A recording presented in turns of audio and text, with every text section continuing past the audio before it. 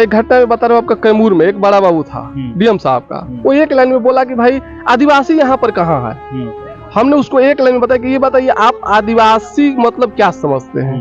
बोला कि मतलब आप क्या समझ रहे हैं। हम बोले कि आपके भाषा में मैं बता रहा हूँ कि अभी मैं शर्ट खोल रहा हूँ, पैंट खोल रहा हूँ, अभी पेड़ का पत्ता लाता हूँ, पहन लेता हूँ, आपके पास खड़े हो जाऊंगा, आप समझिए कि आदिवासी है। इसमें एक सबसे बड़ा अगर मैं आपको भूमिका बताऊं तो शायद बॉलीवुड का भी है, जिसने हमेशा आदिवासियों को सिर्फ जंगल में दिखाया है। जैसे बहुत सारे चीज़ों पे अक्सर जो चीज़ें दिखाई जाती हैं या समझाई जाती हैं, उनमें यहाँ पे अगर आप बॉलीवुड की कोई भी पिक्चर देखेंगे तो शायद आदिवासी समाज जो दिखाया जाएगा वो आपको जंगलों में दिखाया जाएगा, संघर्ष करते दिखाया जाएगा। मतलब लोगों के बीच मानसिकता बनाने का एक सबसे बड़ा काम बॉलीवुड ने भी किया है। जी, हम लोग आदिवासी हैं जी, और आदिवासी भी होते हैं प्राकृतिक पुजारी होते हैं, मतलब प्रकृति की पूजा करते हैं, प्रकृति की पूजा करते हैं और पूजा जंगल में ही करते हैं। इसलिए हम लोग भी पूजा जंगल में करते हैं। आदिवासी परंपरा होती है, जैसे एक हिंदू परंपरा होती है, मुस्लिम परंपरा होती है, उसी तरह से एक आदिवासी परंपरा। तो क्या मतलब आदिवासी परंपरा हिंदू परंपरा से अलग है? जी बिल्कुल भी अलग है।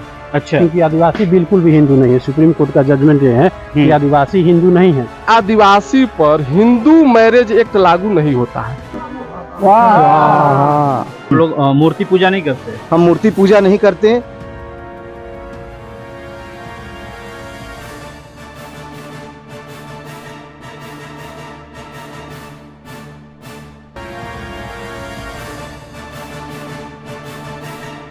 तो अभी हमारे साथ जो है ना कि राजू खरवार जी हैं और ये खरवार समाज के युवा प्रदेश अध्यक्ष भी हैं। आदिवासियों को लेकर सीधा सा एक दिमाग जाता है झारखंड की तरफ।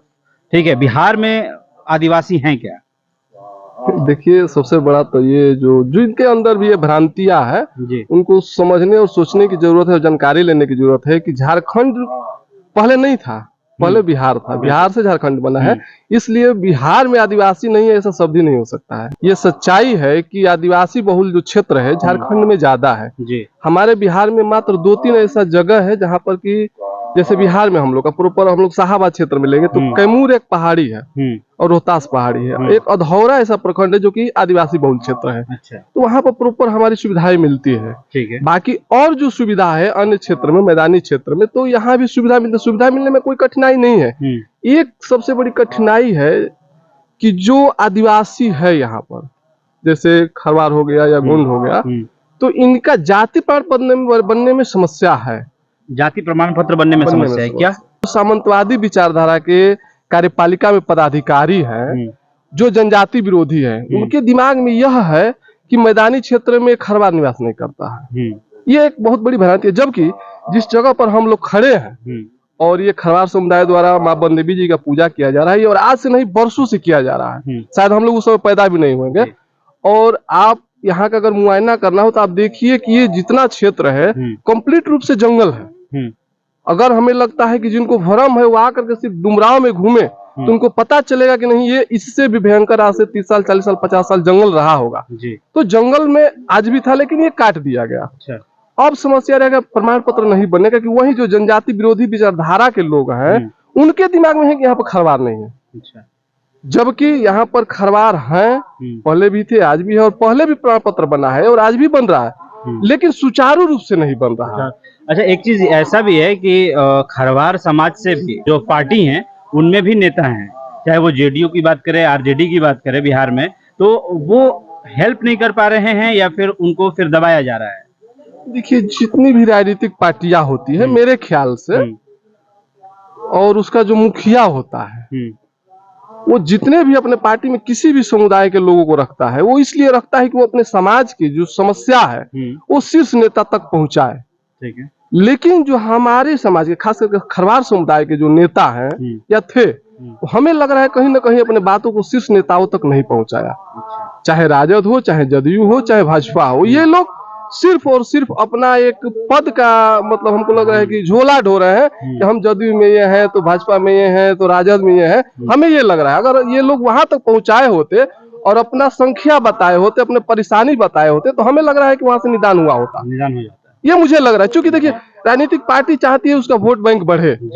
खरवार समुदाय किसी भी राजनीतिक पार्टी का दुश्मन नहीं है, लेकिन ये वहां तक मैसेज नहीं जा पा रहा है मेरे ख्याल से। अभी हम लोग डुमराव की धरती पे हैं, तो डुमराव में खरवार समाज का इतिहास क्या है? आखिर कहाँ से स्टार्टिंग हुआ और कैसे जो है ये पतन की ओर बढ़ा? ये देखिए, इतिहास में अगर हम लोग जाएंगे तो हमको लग रहा है, चूंकि हम विभाग बोलते हैं, ये जो आप डुमरांव में गढ़ देख रहे हैं ये हमारा ही था। राजगढ़? राजगढ़ डुमरांव का ये राजगढ़? हमारे खरवार वंश का ही था। अच्छा। ये मैं दावे के साथ कह सकता हूँ। अच्छा। ये जो बगल में आप काव नदी देख रहे हैं ये इतिहास है। ये हम खरवार जब उधर से पहाड़ी साइड से चले तो ये काव नदी के किनारे किनारे हमारे लोग आए। अच्छा। जो गंगा जी के तराई तक हम लोग बसे। और ये जो है आप आज भी देखिएगा डुमरांव का जो मौजा है, जो चारपास मौजा है, कहीं न कहीं हमारे समुदाय का, हमारे पूर्वजों का ये नाम से है। अच्छा। डुमरांव का मौजा। लेकिन दुर्भाग्य है कि हमारे बीच से कोई वैसा लीडर नहीं निकला कि आज जो है कि हम लोग अस्तित्व विहीन हो रहे हैं जी। नहीं तो ये डुमरांव जो है मूल रूप से हम अभी आप देखिए 2-3 साल पहले गिरधर बराव एक गांव है, वहां पर 5 सोना का सिक्का निकला था। अच्छा। वो पुरातत्व विभाग ने साबित किया कि नहीं ये चेरो खरवारों का है। अभी 61 में एक 52 बीघा का पोखरा है, वो भी अभी 2-3 साल न्यूज में। अब बाकी या भोजपुर वाला जो गढ़ देख रहे हैं ये हमारे खरवार वंश का ही है। बहुत से ऐसे गढ़ानी, मतलब राजा भी निकले आपके वंश से? हमारे तो राजा ऐसे निकले कि जो कि अब हम आपको क्या बताएं, महान राजा निकले। अभी एक महान राजा हमारे थे धवल प्रताप जी। अच्छा। आप चलिए रोहतास में माँ तुतला भवानी है, वो हमारे ही वंशजों द्वारा जो है कि वहाँ स्थापित की गई है। अच्छा। अब वहाँ आप चलिएगा बहुत ऐसा तामपत्र मिला, बहुत कुछ मिला है। माँ तुतला भवानी की अगर बात करें तो अगर वो आप इस समाज से आती हैं तो कहीं ना कहीं इसमें फिर एक चीज यहाँ पर ये प्रॉब्लम आता है कि जैसे लोग बोलते हैं कि आदिवासी, लोगों का समझना है कि आदिवासी जो होते हैं वो हिंदू होते हैं, तो क्या वो हिंदू होते हैं? नहीं देखिए, ये तो बड़ा मतलब पेचीदा मामला है और ये सेंट्रल सरकार और जो खास करके आदिवासी विरोधी सरकारें हैं उनका ये साजिश है। देखिए, संविधान स्पष्ट कहता है कि आदिवासी पर हिंदू मैरिज एक्ट लागू नहीं होता है। समझने की जरूरत, कौन कहता है? संविधान कहता है। ठीक है। वो आजाद होने से पहले, देश आजाद होने से पहले हमारे जब भी जनगणना हुआ ब्रिटिश काल में भी हमारा हिंदू नहीं लिखा गया, हमारे लिए स्पेशल कॉलम था ट्राइबल का। अच्छा। 1941 तक हमारी जो जनगणना हुई उसमें हमारी धर्म में कॉलम में जो है कि ट्राइबल लिखा गया।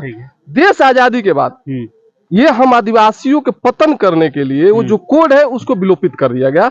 उसमें जबरदस्ती हिंदू लिखवाने लगा लोग, जबकि संविधान कहता है कि आदिवासी पर हिंदू मैरिज एक्ट लागू नहीं होता है। लेकिन उसी संविधान के आलोक में और सरकार ने आड़ लेकर के हम आदिवासियों को बर्बाद करने के लिए हिंदू उस पर लाद दिया। अच्छा, मतलब आपके हिसाब से अगर कहा जाए तो वो जो हिंदू और आदिवासी होते हैं वो बिल्कुल अलग अलग हैं। देखिए, एक चीज तो समझना पड़ेगा पूरे भारतवासियों को, चूंकि आज जो भारत में एक बहुत बड़ा रिमर फैल रहा है हिंदुत्ववादी व्यवस्था, ये समझने की जरूरत है। इस पर जो लोग डिबेट करना चाहते हैं, क्योंकि ये पूजा इसमें हम नहीं जाना चाहेंगे, लेकिन हम थोड़ा सा जरूर इस पर बहस करेंगे या हम बताना चाहेंगे लोगों को। देखिए, हिंदू धर्म नहीं है, हिंदू एक परंपरा है। कुछ उन्मादी विचारधारा के लोग, खास करके आरएसएस विचारधारा के जो लोग हैं, वो देश में कैसे अशांति फैला रहे। जो हम लोग कहते हैं कि हिंदू मुस्लिम सिख ईसाई भाई भाई, ये भाईचारा न बना रहे, उसके लिए कट्टरवादी हिंदू व्यवस्था लागू किया जा रहा है। ताकि हिंदू कोई धर्म नहीं है। सरकार का हम इसलिए किसी भी सरकार का दोष नहीं देंगे, इसमें पूर्ण रूप से जो कार्यपालिका में कर्मचारी और पदाधिकारी हैं और खास करके जनजाति विचारधारा के जो लोग हैं। अभी देखिए, सरकार का स्पष्ट गाइडलाइन था जो जातीय जनगणना बिहार में हो रहा था कि किसी भी व्यक्ति से उससे मौखिक पूछ करके उसका जाति का गणना करना है। यह स्पष्ट था। ठीक है। जो 214 जाति का सूची जारी हुआ था उसमें से जो भी व्यक्ति उस जाति का नाम बताता है उसका जाति अंकित करना है। 214 के बाद में अगर कोई ऐसा व्यक्ति जाति बताता है कि जो उस सूची में नाम नहीं है, तब जाकर के सीओ से परमिशन लेना था। ठीक है, कि फलाना जाति बता रही, इसमें क्या करना है, तब वो सीओ उसको भी अंकित करना है। लेकिन देखिए, सरकार ने गाइडलाइन जारी किया, नीचे आकर के इसमें हम लोग बहुत इसमें कष्ट झेले हैं। जाति जनगणना में हमारे लोगों को खास करके यह कहा जाता था कि आप खतियान दिखाइए तब जाके हम आपका जाति लिखेंगे। अच्छा। इस पर बहुत हम लोगों ने संघर्ष किया, डीएम के साथ में बैठक हुई, बहुत कुछ, मतलब तमाम तरह की कठिनाई। तो सरकार वहां से तो जो गाइडलाइन दे रही है वो नीचे पालन नहीं हो रहा। नीचे नहीं पालन होने का मुझे 2 कारण दिख रहा है। कहीं ना कहीं अभी भी हमारे आदिवासी समुदाय में जागरूकता की कमी है। अच्छा, ठीक है, ये दोनों चीज है। नहीं तो मैं बता देता हूँ आपको कि सरकार की औकात नहीं है कि आदिवासी समुदाय को दबा दे, चाहे किसी का भी सरकार हो। मैं स्पष्ट बता रहा हूँ, कारण क्या, ये आदिवासी का इतिहास रहा है कि जिस समय खाने की व्यवस्था नहीं थी, रहने की व्यवस्था, उस समय ब्रिटिश हुकूमत को खदेड़ने में अगर सबसे ज्यादा अगर कोई अपना सहयोग किया है तो वो आदिवासी समुदाय है। यानी आपका विचारधारा ये है कि आदिवासी वही है, जबकि आपको पता होना चाहिए कि देश आजाद हुआ, संविधान लागू किया गया कि हर जाति हर धर्म के लोगों का विकास हो, और आप वहीं पर है कि आदिवासी नंगा घूमे। तो ये उन लोगों की मनोवृत्ति बनी हुई है, और मुझे लग रहा है कि ये जिस तरह से युवा पीढ़ी हमारी आदिवासी कौम की जग रही है, बहुत जल्द ये खत्म होगा। अब थोड़ा सा जो है कि जागरूकता आनी चाहिए, और इसके अलावा जो है कि जैसे जैसे जागरूकता आएगी, यहाँ बच्चे पढ़ेंगे तो अपने आप जो है कि ये सारी विचारधाराएं जो हैं वो चेंज हो जाएगी।